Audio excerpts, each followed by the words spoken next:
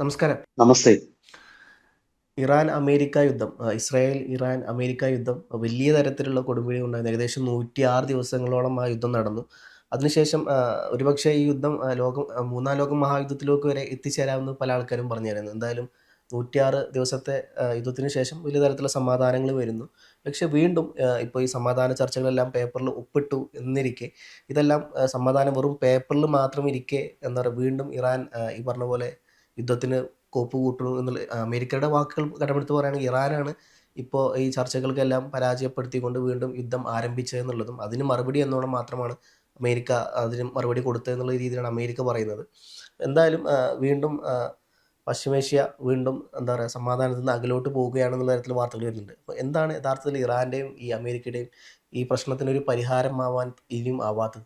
ഈ ഇപ്പോൾ ഒപ്പിട്ടിരിക്കുന്ന ഒരു ഡ്രാഫ്റ്റ് കരാർ ഒരു പൂർണ്ണ കരാറാണെന്ന് ഞാൻ കരുതുന്നില്ല.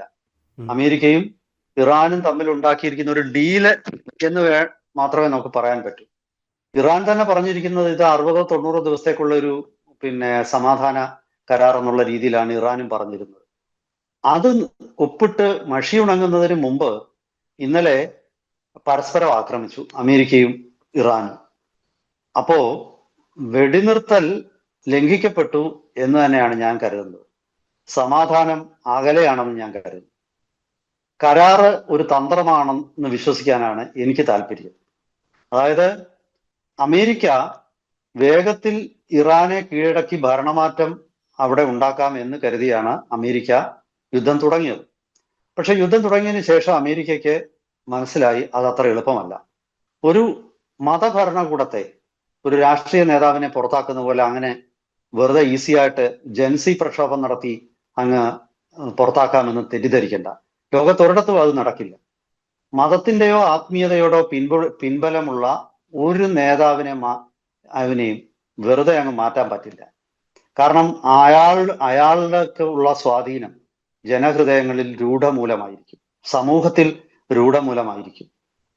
അവിടെ ശക്തി തരുന്നത് രാഷ്ട്രീയ പാർട്ടിയല്ല, അവിടെ ശക്തി തരുന്നത് വിശ്വാസങ്ങളാണ്, മതത്തിന്റെ തത്വങ്ങളാണ്. അപ്പൊ അങ്ങനെയുള്ള ഒരു ഭരണകൂടത്തെ പുറത്തുനിന്ന് ഒരാൾ വന്ന് പുഷ്പം പോലെ എടുത്ത് ഇങ്ങനെ നുള്ളിക്കളയാമെന്ന് വിചാരിച്ചാൽ അത് നടക്കില്ല. അമേരിക്കയ്ക്ക് അത് ബോധ്യമാണ്.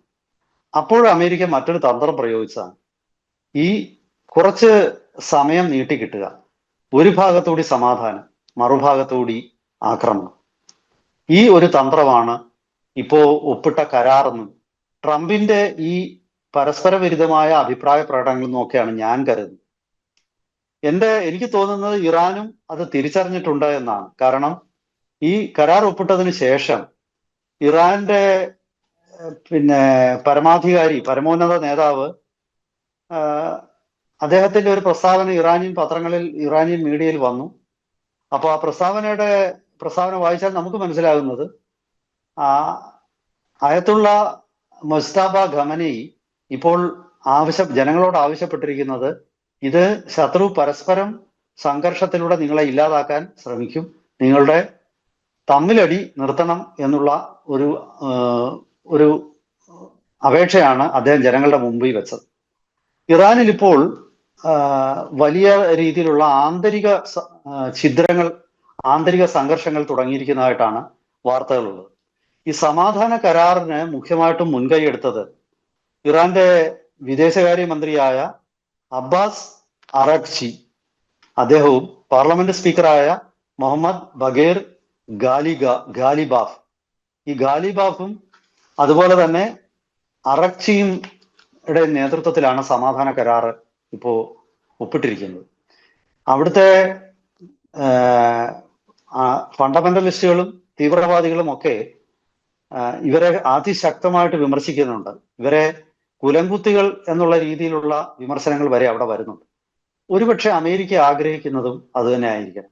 അങ്ങനെ ഒരു ഇന്റേണൽ ഡിവിഷൻ ഇറാനിൽ ഉണ്ടെങ്കിൽ മാത്രമേ ഇനി മുന്നോട്ട് യുദ്ധം പോയിട്ട് കാര്യമുള്ളൂ എന്ന തിരിച്ചറിവായിരിക്കണം അമേരിക്കയെ അടവൊന്ന് മാറ്റിയത് എന്നാണ് എനിക്ക് തോന്നുന്നത്. കാരണം ഈ താൽക്കാലിക സമാധാനം അമേരിക്കയ്ക്ക് രണ്ട് രീതിയിൽ പ്രയോജനപ്പെടും. ഒന്ന്, ഇറാന്റെ ഉള്ളിലുള്ള അന്തഛിദ്രങ്ങളെ അതിന്റെ പൂർണ്ണതയിൽ എത്തിക്കാനുള്ള മറ്റു വഴികൾ ഈ ഒരു കാലഘട്ടത്തിൽ അമേരിക്കയ്ക്ക് പ്ലാൻ ചെയ്യുകയും അതുപോലെ കുറെയൊക്കെ നടപ്പാക്കുകയും ചെയ്യാം ഒരു ഭാഗത്ത്. മറുഭാഗത്ത് സ്വാഭാവികമായിട്ടും ഇറാനിൽ ചില അന്തഛിദ്രങ്ങൾ ഉണ്ടാകും. കാരണം ഈ കരാർ കൊണ്ട് ഇറാൻ എന്ത് നേടി എന്നൊരു ചോദ്യം വരും. ഈ കരാറിൽ ഇറാനിന് കൊടുക്കാൻ ഉദ്ദേശിക്കുന്ന നഷ്ടപരിഹാര തുക അമേരിക്ക കൊടുക്കുമെന്ന് ഞാൻ കരുതുന്നില്ല. അപ്പൊ അതിനെ ചൊല്ലി ഇറാനിൽ തീവ്ര വിഭാഗവും ഈ മിതവാദികളും തമ്മിലുള്ള ഒരു സംഘർഷത്തിലേക്ക് അവിടെ കാര്യങ്ങളെത്തും. ഈ സംഘർഷമായിരിക്കണം അമേരിക്ക ആഗ്രഹിക്കുന്നതും ആ സംഘർഷം മൂർച്ഛിക്കാനുള്ള ഒരുപാട് പ്രവൃത്തികൾ അമേരിക്ക ചെയ്യാനും സാധ്യതയുണ്ട്. ഇനി മറ്റൊരു വിഷയം, ഹോർമൂസ് ഉൾക്കടൽ ഗതാഗതത്തിന് തുറന്നു കൊടുക്കുക എന്നുള്ളതാണ്. ഇറാൻ പറയുന്നത് ഹോർമൂസ് ഗതാഗതത്തിന് തുറന്നു കൊടുക്കാൻ ഇറാൻ സമ്മതിച്ചെങ്കിലും ഹോർമൂസിന് മേലുള്ള നിയന്ത്രണം ഇറാൻ ആയിരിക്കുമെന്നത് അമേരിക്ക അംഗീകരിച്ചിട്ടുണ്ട് എന്നാണ്. കുറച്ചു ഭാഗം ഒമാൻ. അപ്പോ തൽക്കാലം 60 ദിവസത്തേക്ക് ഹോർമൂസിൽ നിന്നും ചുങ്കം പിരിക്കുന്നില്ല. പക്ഷെ അതിനുശേഷം പിരിക്കില്ല എന്ന് ഇറാൻ ഉറപ്പ് പറഞ്ഞിട്ടില്ല. അപ്പോ അതും ഒരു തർക്ക വിഷയമാകാം. ഇനി മറ്റൊരു വിഷയം, ഹോർമൂസ് ഉൾക്കടലിൽ പലയിടത്തുമായിട്ട് ഇറാൻ മൈനുകൾ പാകിയിട്ടുണ്ട്. ഈ മൈനുകളിൽ തട്ടി പലപ്പോഴും ഏതെങ്കിലും 1-2 കപ്പലുകൾ തകരാനുള്ള സാധ്യതയുണ്ട്. അത് തന്നെ വീണ്ടും ഒരു സംഘർഷത്തിന്റെ ഒരു തുടക്കമാവാൻ അവിടം തൊട്ട് തുടക്കമാകാം. അപ്പൊ സ്വാഭാവികമായിട്ടും ഈ സംഘർഷം വർദ്ധിക്കാനുള്ള ഒരുപാട് വഴികൾ ഈ കരാറിൽ അന്തർലീനമായിട്ട്, അതായത് കരാറിന്റെ ഉള്ളിൽ തന്നെ ഒളിഞ്ഞു കിടപ്പുണ്ട്. ഈ സമാധാനം അവിടെ അത്ര സാധ്യമാവുമെന്ന് എനിക്ക് തോന്നുന്നില്ല. ഇനി മറ്റൊരു പ്രതിസന്ധി, ലെബനോണിൽ ഹെസ്ബുള്ളക്കെതിരെയുള്ള ഇസ്രായേലിന്റെ ആക്രമണങ്ങൾ തുടർന്നാൽ ഈ സമാധാന കരാർ ലംഘിക്കപ്പെടും എന്നാണ് ഇറാൻ പറയുന്നത്. അവിടെ വേറൊരു ചോദ്യമുണ്ട്, ഈ മൂന്നാമതൊരു രാജ്യമാണ് ലെബനോൺ. ആ ലെബനോണിന്റെ കാര്യത്തിൽ ഇറാൻ അഭിപ്രായം പറയാൻ എന്ത് അവകാശം? ന്യായമായിട്ട് അവകാശമില്ല. കാരണം ഇപ്പൊ ശ്രീലങ്കയിലെ സമാധാനത്തെ ആശ്രയിച്ചിരിക്കും ഇന്ത്യ പാകിസ്ഥാൻ യുദ്ധം ഉണ്ടാവുകയോ ഇല്ലാതാവുകയോ ചെയ്യുന്നത് എന്നൊരാൾ പറഞ്ഞാൽ അതിൽ എത്രത്തോളം യുക്തിയുണ്ട്? ഇവിടെ ലെബനോന്റെ തെരഞ്ഞെടുക്കപ്പെട്ട സർക്കാരുണ്ട്. ഇപ്പൊ ഇസ്രയേലും ലെബനോനും തമ്മിൽ ഒരു കരാറിൽ ഏർപ്പെട്ടിട്ടുണ്ട്. ആ കരാർ ഒപ്പുവെച്ചിരിക്കുന്നത് ലെബനോന്റെ ഭരണകൂടവും ഇസ്രായേലും തമ്മിലാണ്. ഹെസ്ബുള്ളയ്ക്ക് അവിടെ അതിൽ സ്ഥാനമില്ല. പക്ഷേ ലെബനോനുമായിട്ടുള്ള കരാറ് എന്നത് ഹെസ്ബുള്ളയുമായിട്ടുള്ള കരാറാവണം എന്ന് പറയാൻ ഏതർത്ഥത്തിൽ പറ്റും?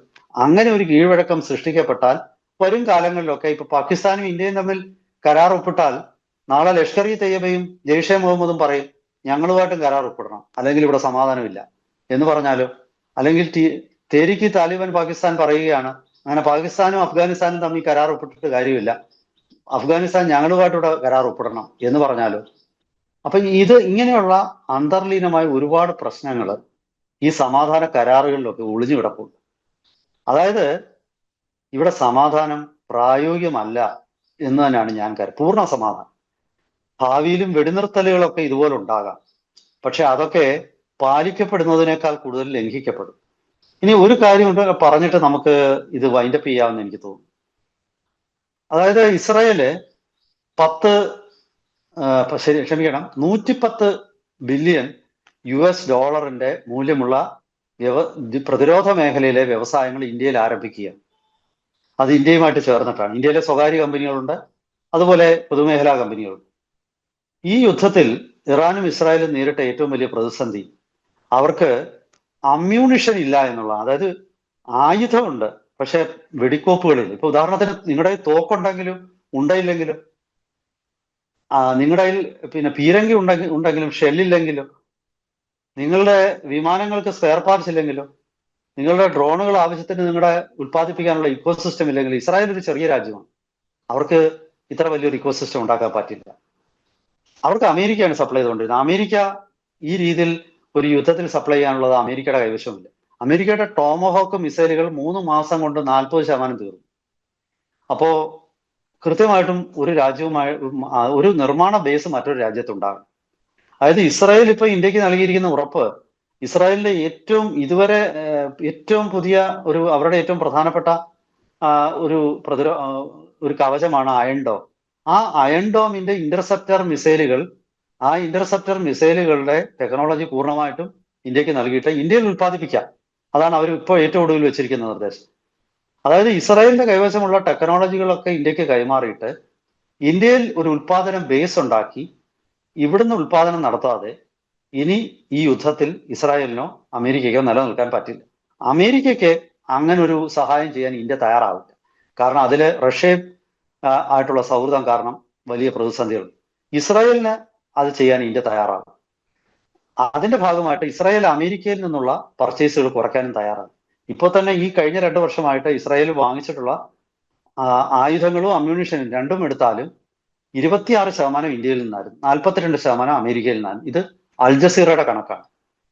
ഒരുപക്ഷെ അതിൽ കൂടുതൽ വാങ്ങിച്ചിട്ടുണ്ടാവാം. എന്തായാലും ശരി, അവിടെ ആയുധത്തിന് ഷോർട്ടേജ് ഉണ്ടായി. ആ ഷോർട്ടേജും ഈ സമാധാന കരാറിന്റെ ഒരു ഭാഗമാണ്.